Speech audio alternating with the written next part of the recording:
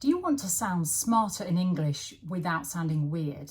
So today I'm going to teach you 5 words that make your English sound richer, and I'll show you how to actually use them naturally in conversations.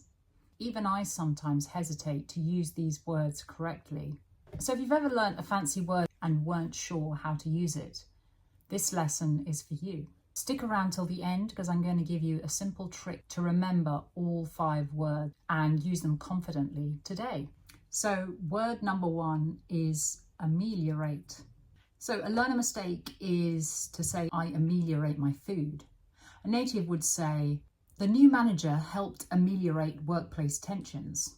The medicine ameliorated her symptoms quickly, and good feedback can ameliorate misunderstandings in a team. Ameliorate means to improve a bad situation. A way to remember ameliorate is to picture a melon improving a bad situation. It's silly, but it sticks. Think about formal situations, reports, emails, workplace. A quick tip is ameliorate is often used in formal writing, but you can use it in conversations. So you could say, let's try to ameliorate this problem before it gets worse.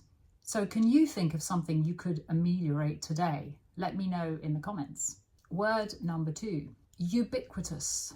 So instead of saying smartphones are everywhere, it's fine, but it's a bit boring. A native speaker would say smartphones are ubiquitous these days, or fast food chains are ubiquitous in big cities, or social media influencers are ubiquitous online. It means something is everywhere. It's very common. A way to remember it could be to say means everywhere. So think universal. It's often used for trends, tech, or cultural phenomena. And it can be humorous. So you could say Instagram ads are ubiquitous. You can't escape them. It helps learners sound more precise and descriptive. So let me know, what's ubiquitous in your city? Comment below. Word 3, serendipity. You could say, I met her by chance. It's boring and simple, but it's okay, you can say that. However, a better way could say, meeting her at that cafe was pure serendipity. Or finding the book I'd been looking for was serendipity. Or it was serendipity that we ended up on the same flight. So serendipity means it's a happy, unexpected coincidence. So a way to remember it is think luck, surprise and happiness at the same time. It can be used in personal stories, emails or social media posts. And it works very well in storytelling. Serendipity strikes when you least expect it, like finding a £20 note on the pavement.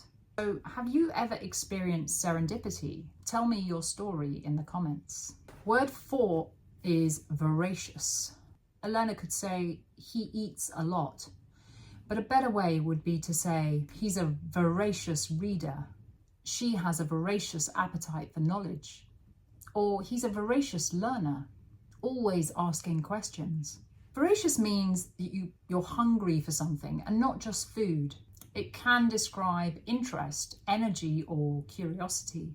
A way to remember it is think of a hungry monster.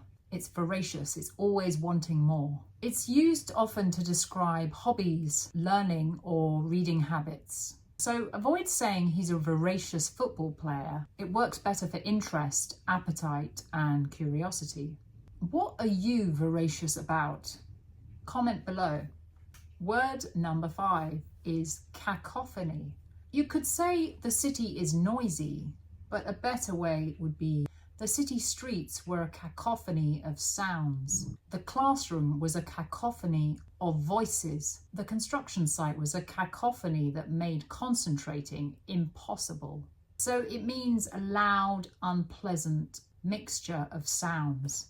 Think chaos and noise together. It works very well in writing, storytelling, or describing busy environments. And you can make it humorous. My family during Christmas dinner is a total cacophony. Can you hear a cacophony around you right now? Describe it in the comments. How to remember these words? So first, use them immediately and put them into a context that makes sense to you, a real life context, something that you can see, hear, or you know, or you could say. Say them out loud. and use them today. Try and add 1 to 2 words in emails, conversations, or messages today. Create flashcards. So learning always helps if you hear the word, you repeat the word, so you say it, and you write it down so you can see it. So it's a visual representation. And flashcards are good because you can write the word down, how to pronounce it, and you could do a little picture with it, as well as an example that is something that relates to you. So group words by theme. So you could put serendipity and ubiquitous together. They're both for stories or observations. And you could put voracious and ameliorate together. Use it more for work or learning contexts. And cacophony for descriptions. So say them out loud, practice speaking and saying them and hearing them. Say something like ameliorate workplace tensions or cacophony of traffic outside my window, and repeat them in context. Build sentences and share them in the comments, and I'll check them to see if they're natural. So let's recap here. Let's go through all 5 words and give one example, okay? So first, ameliorate. It means to improve a bad situation, usually used in business and formal situations. And an example could be, the new manager helped ameliorate workplace tensions. Word 2, ubiquitous, means something is everywhere, very common and used in trends. An example could be, smartphones are ubiquitous these days. Word 3, serendipity. It means a happy, unexpected coincidence. An example could be, it was serendipity that we ended up on the same flight. Word 4, voracious. It means hungry for something, usually learning, curiosity. She has a voracious appetite for knowledge. So although it's used for appetite, eating, it's also for appetite for learning, for knowledge. And you can use it with people who are very curious. And word 5, cacophony. It's a loud, unpleasant mixture of sounds. And you can use it, the city streets were a cacophony of sounds. It's usually used in a negative context because it's all different sounds going on at the same time, so it's chaotic. So those are 5 words that make your English smarter. And now you know how to use them correctly. Which one is your favorite?